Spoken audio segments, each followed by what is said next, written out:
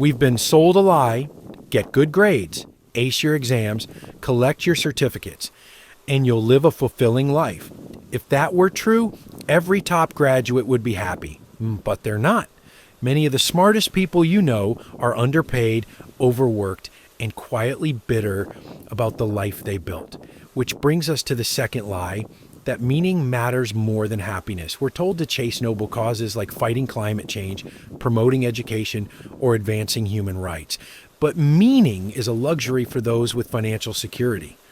When you're broke, you're not pondering life's purpose. You're just trying to survive. The disconnect? Book smarts alone won't make you wealthier or happier because the skills that schools reward aren't the ones life demands. And today, we'll unpack exactly why. Before we dive in, let's be clear, there's no single kind of smart.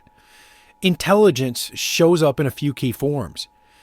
There's academic intelligence, memorizing, analyzing, and explaining ideas on cue. This is what schools reward. Then emotional intelligence, recognizing your emotions, managing them, and reading others to build strong relationships. Street smarts, reading situations, making fast judgment calls, and staying sharp in unpredictable environments. Financial intelligence, understanding how money moves, multiplies, and works for you. And social intelligence, connecting with people, building trust, and turning conversations into opportunities. The problem? Schools only reward the first one. You get grades for facts and formulas, but real wealth comes from spotting opportunities, managing emotions, building networks, and taking smart risks. If you're only trained for the classroom, you'll keep missing the unspoken rules and hidden chances that actually run the world. And to be fair, a degree does open doors. Professional qualifications like medicine, law, and engineering can land you a good, stable career. But when it comes to the top 1% of income earners, the ones building serious generational wealth, most aren't book smart, straight A types. Surprisingly, many of them have average intelligence. They're business owners, investors, and serial entrepreneurs. People who probably failed at a few ventures, but struck big in a couple. And those wins changed everything. So the real question is, why do the less academically gifted often break through the income ceiling while the super smart hit a money wall? Why does it sometimes seem like the dumber you are, the easier it is to earn more? It's not luck or recklessness. It's because the super smart carry a set of invisible blind spots that quietly hold them back financially. Let's examine the 10 biggest ones. Number 1, overthinking. The super intelligent overthink every move. Their brain constantly imagines worst-case scenarios. Useful in strategy and risk assessment, but a liability in personal finance and business. When things get uncomfortable, self-doubt creeps in. They're used to being right, so any risk feels terrifying. Take Alex, a brilliant engineer with 3 degrees. He spent years perfecting a product idea but never pitched it, terrified of rejection. Meanwhile, others with half his talent sold simpler versions and built profitable businesses. Alex stayed stuck in endless revisions. Smart people also overworry about appearances. They fear looking tasteless, shameless, or desperate, so they avoid selling, self-promotion, and bold moves, and stay invisible as a result. Number 2, chasing novelty. Smart people love to explore. New ideas, new trends, new projects. One week it's an app, next week a cafe, then a podcast on AI. They'll chase 10 things in a month, but rarely stick with one long enough to win. The wealthy? They do the opposite. They find what works, double down, refine it, and repeat. Look at Dyson. They didn't get rich launching dozens of gadgets. They focused on perfecting one product, a cordless vacuum cleaner. then scaled the concept into other categories like fans and hairdryers. Same with top online creators. It's not about 10 YouTube channels, it's about growing one relentlessly. Repetition makes money. Reinvention burns time. Ideas are cheap. Relentless execution pays. Number 3, scattered focus. Book smart people are idea machines. One week it's a brilliant app, next it's real estate, then a podcast. The possibilities feel endless, and the novelty is addictive. But here's the problem. Scattered focus kills momentum. They chase every new idea, fall in love with potential, and rarely finish what they start. The result? A graveyard of half-baked projects and zero real outcomes. Money loves focus. Wealth comes from committing to one thing long enough to make it work. Take Mr. Beast. He didn't build a billion-dollar empire by chasing 10 trends. He obsessed over one YouTube channel, refining it for years before branching out. Half-done projects don't pay. Ideas without follow-through don't count. Prioritize one, finish it, make it great, then move on. That's how you build something that lasts. Number 4, moral high ground. Some super smart people cling to the idea that chasing money is shallow, materialistic, or corrupt. They say things like, "I don't care about money. I'd rather stay broke than sell out. I'm not like those greedy business types." But money isn't evil. It amplifies who you already are. Look at J.K. Rowling. She built massive wealth through storytelling and donates millions to charity.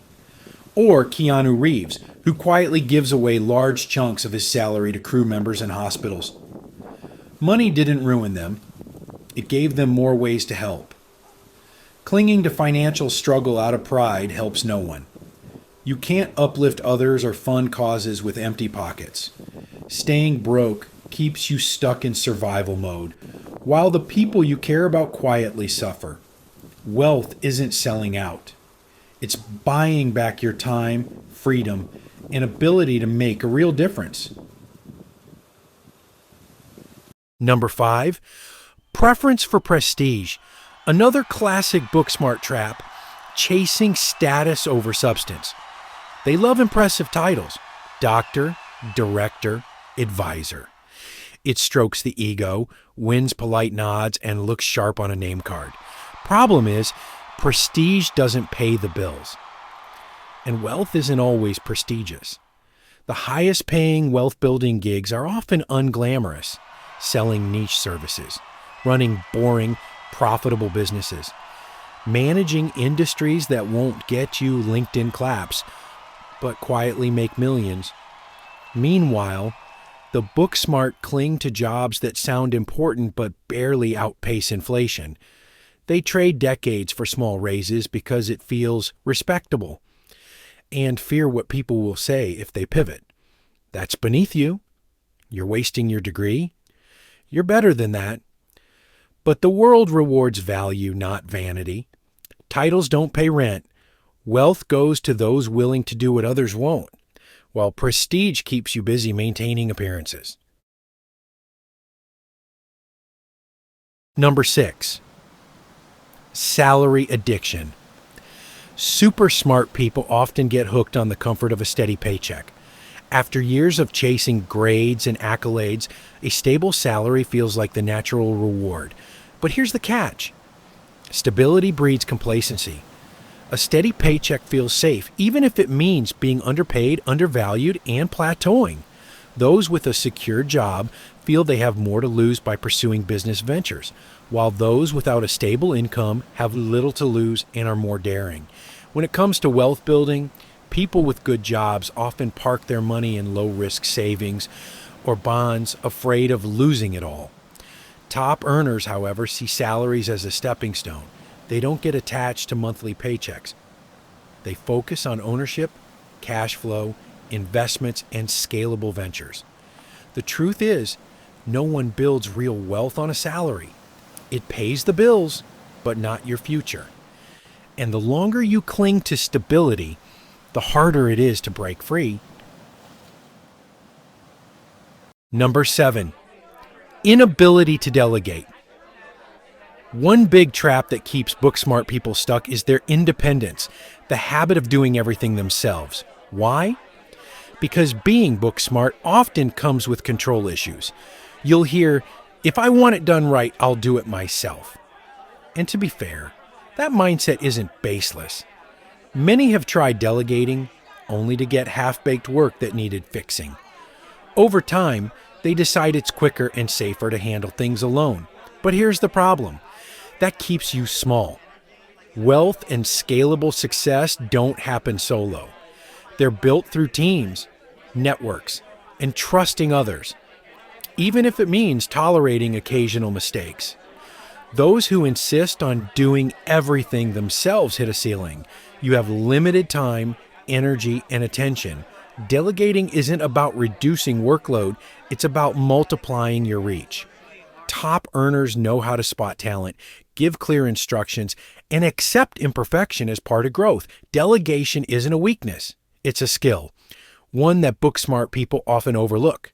Without it, you stay overworked, overstretched, and underpaid, while the delegators build empires. Number 8, social handicap.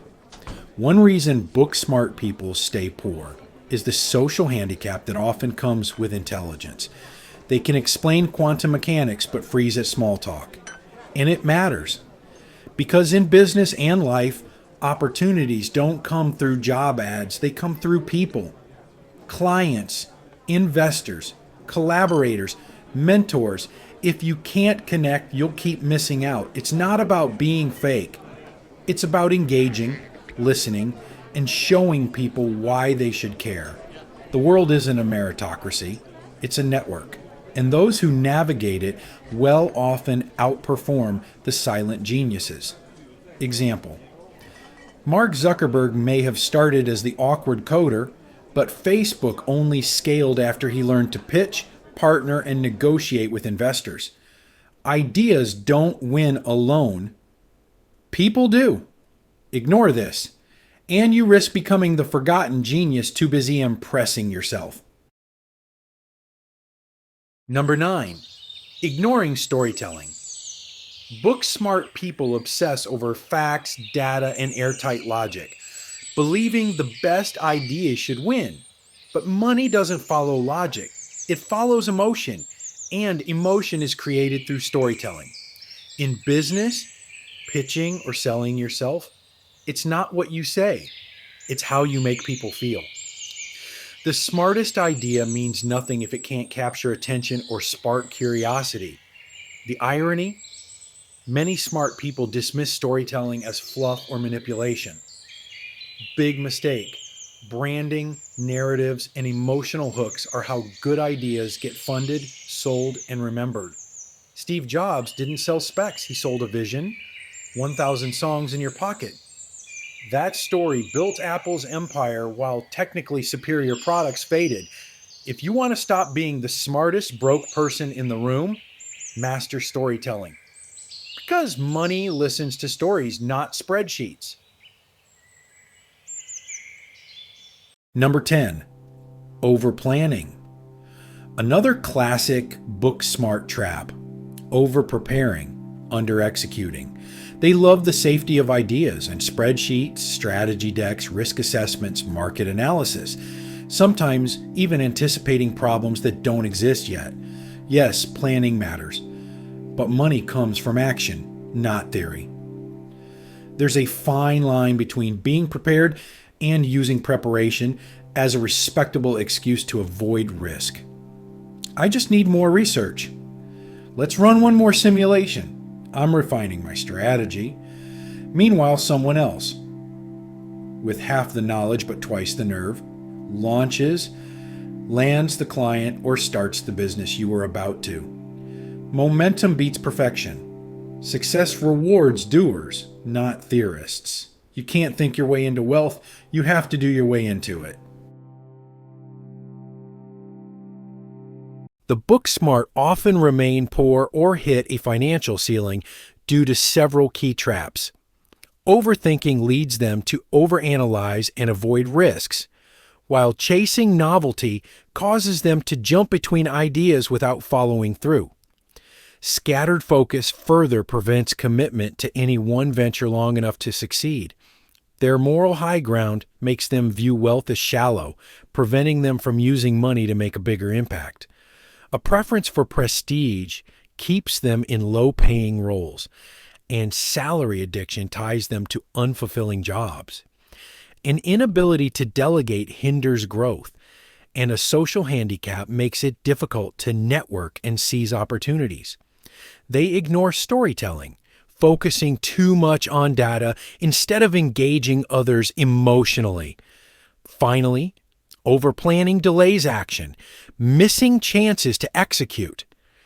These habits keep them from building real wealth as they stay stuck in their heads instead of taking action. If this video helped, like and subscribe for more life skills that school never teach.